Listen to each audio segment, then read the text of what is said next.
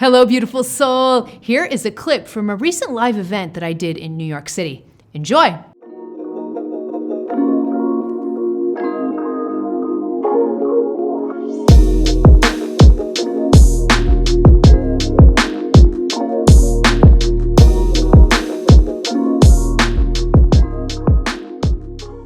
So many people say to me, I come from really traumatizing background.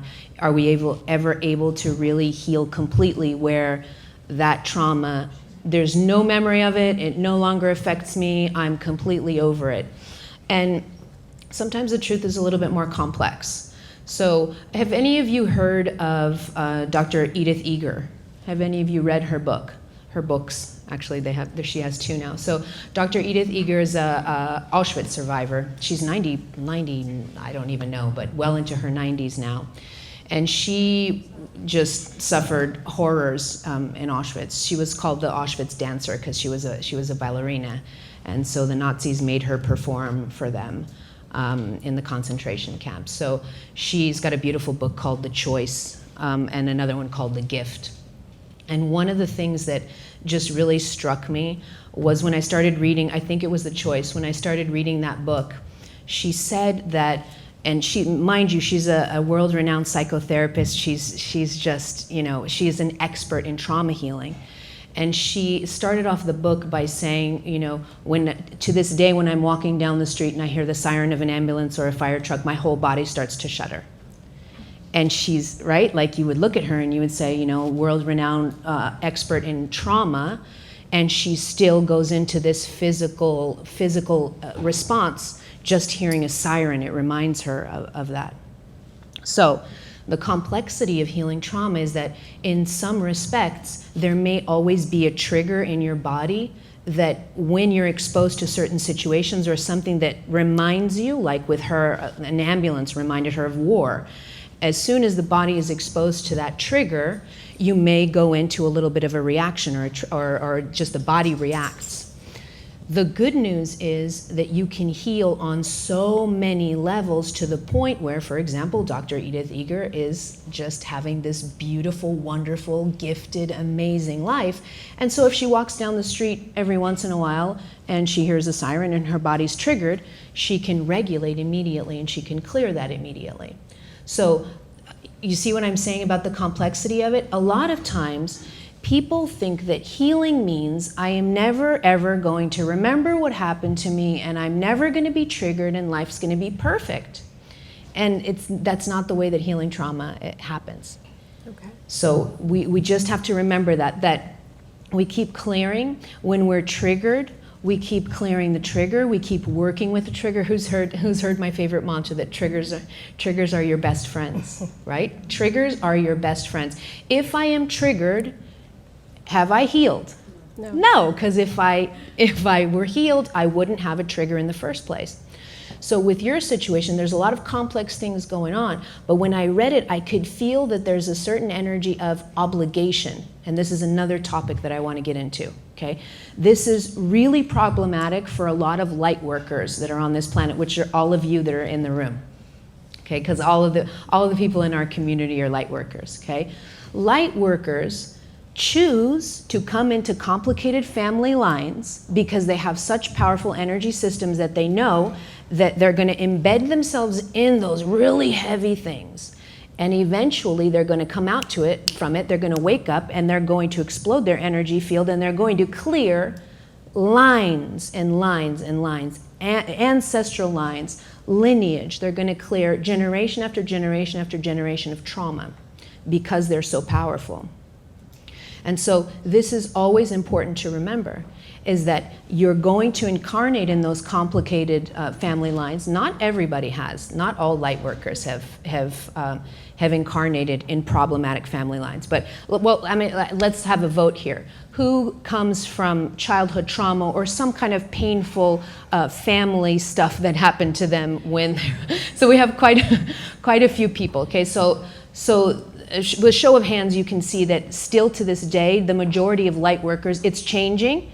It's changing. I have a couple of beautiful friends here who have little girls, and they can attest to this, that the souls that are coming in now, they're not putting up with no shit. It's not happening. It's not happening. We used to, when we were born before, we used to accept the templating of society, and that was just a part of the way the energy was going on the planet. But there's been a massive acceleration in energy, and the souls that are coming in now are coming in to break this shit down, all of it. And so when you try to format that child and you say, you sit there and you, they're like, excuse me? No, I'm not sitting here. No, I'm not doing that. And so this just to say that this is changing a lot. But for the majority of us here, we were still in that energy of choosing to incarnate in complicated family lines that are many times not our soul family.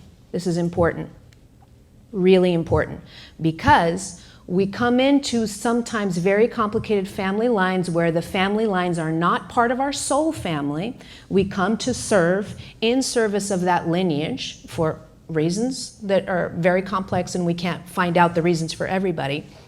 But the point is that you incarnate in those complicated family lines, and then you accept the templating that's been put onto us by very tribalistic societies, that family is everything, blood is everything.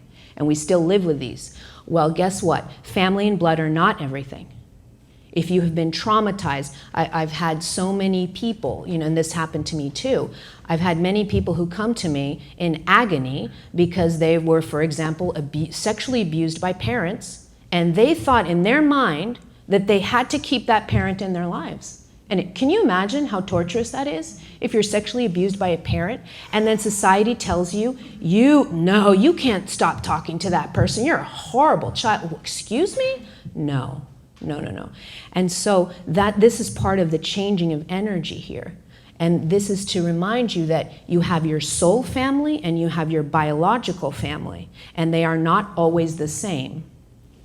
And part of our strength is to realize that I shed the templates, I shed any belief, I shed any program that's been put on top of me that forces me to be in a situation that is painful to me. I remove that. I don't care if that person is my mother, I don't care if that person is my father. If I have been violated in a way, and part of my healing, this is for you too and for everyone here, part of my healing means that that person is going to be removed from my life. There is no judgment. No judgment. For some people, the trauma isn't as severe as, for example, sexual abuse. For some, it's not as severe, and so they're able to kind of do their own work, and when they do their own work, the triggers are gone because they've done the work. So the parent or the grandmother or the grandfather, they can keep doing the same things they were doing before, but I'm healed, I'm not triggered anymore. So what you're doing over there doesn't affect me anymore. And so you can stay in my life with some boundaries. I'll check up on you every once in a while. That's my boundary, that's my commitment. I'm gonna check up on you every once in a while, but that's the extent of my connection to you. For other people, it's, you are removed from my life. Thank you for the contract I had with you. Thank you, because the contract that I had with you made me in certain extent the person that I am today. Thank you, but I release you and I release myself from this contract. You will no longer harm me. Okay? And so for you, it's important to discern what it's going to be and what healing means for you. So when I feel your energy right now, there's still healing work, and it's okay. It's okay. Maybe you're not at a point right now where you can even make the decision on whether these family members or this family member remains in your life, because you got a lot of stuff going on, right? Like, there's still a part of you that's really wounded that says, like, how could my mother have let this happen? Or how can this have happened? You see, there's a lot of wounding in that. And that's okay. So you work at it nice and slow, with no self-judgment, with a lot of gentleness. So much gentleness. There's a still really, really dominant in personal development and spirituality circles. There's the idea that you have to work really hard to heal. You got to work really hard to heal.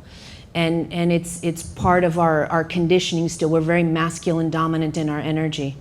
And so in order to heal the masculine energy in us that we've all been templated with, whether we're men or women, we all have masculine energy. The masculine energy wants to continue to take charge. and especially here in the US, very, very masculine energy, hustle generated, oriented society, very masculine, action oriented.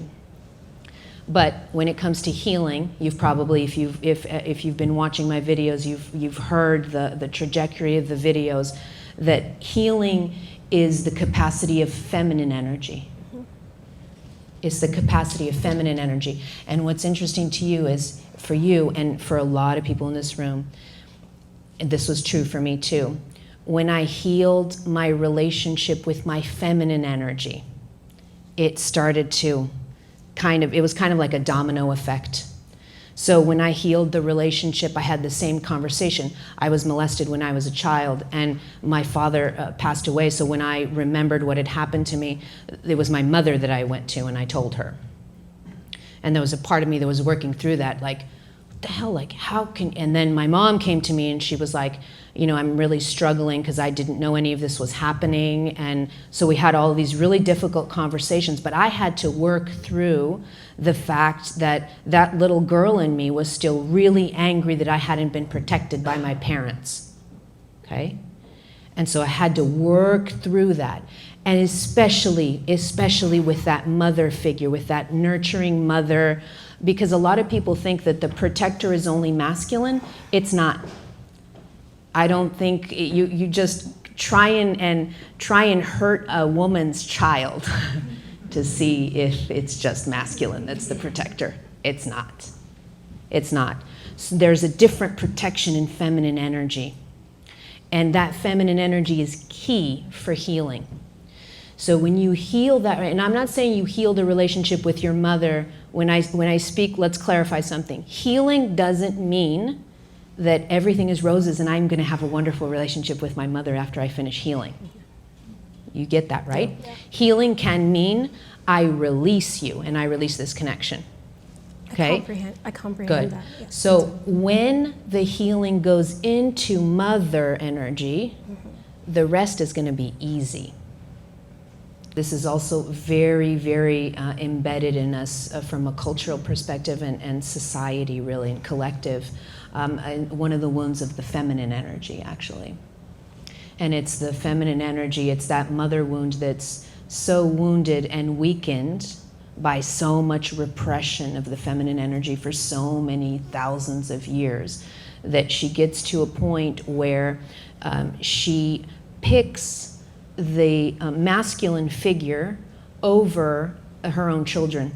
And this has happened to so many people where they finally work up the courage to tell their mother that this happened to them, and the mother will still choose, usually with a partner, for example. So many clients that I've worked with where the partner had abused the child, and the child told the mom, and the mom did not believe the child and picked the partner. This is very, very common still. And this is a very deep wound of the feminine that has to be healed. And it's a wound of that repression, that the masculine is the priority and not my own child even. That's how deep this is, very, very deep, okay? So for you, when you said, as soon as you said, I'm gonna move to Florida, I'm never gonna see this person again, the only thing that I'd like you to receive is that when you move to Florida, don't move to Florida with any running away energy. So when you move to Florida, it's even good to set an intention, and you say, I'm here now, this is where I'm here now, and I will take every opportunity to heal and open up so that when I move to Florida, I'm not running away from this situation, I'm moving toward something else. Do you see the difference? Mm-hmm. Because if I'm running away from something, I live in a resonance-based universe. Whatever I'm running away from will chase me, and I'm gonna find something in Florida. I'm gonna get into trouble in Florida with something, right? So I'm gonna resolve, I'm gonna take this opportunity, I'm going to drop resistance. That's really important for you. I will drop resistance to where I am right now. Can you feel that? So I'm not gonna fight that I hate where I'm right now. Can you feel that? I'm going to stand on my own 2 feet. This is where I am. If I don't accept where I am now, I can't move from in any direction, because it's very precarious. When I'm in a state of resistance, I'm wobbling energetically. I can't step with confidence in any direction because I'm wobbling. I have to find firm ground energetically. How do I find firm ground? I must accept the present as it is, or I can't change it. I can only change it from a position of groundedness. So find your ground energetically. This is where I am right now. I will take every opportunity right now to move towards this healing, and I'm not giving you specific things on what that healing looks like, because you have to open up that energy, and the feminine will tell you. The feminine is a feeler energy. It's very deep in your body. When I work with feminine in retreats, we do night ceremonies in our retreats, and a lot of the feminine work is getting the person to go down, down, down to their belly area. We work with feminine energy in the belly. So when you're ever working with feminine energy on your own, focus your intention down on the belly. Even put your hands down on your belly. The lower you go in your chakra system, the more you connect with feminine. It's a very primordial, old, deep energy. Okay? Okay.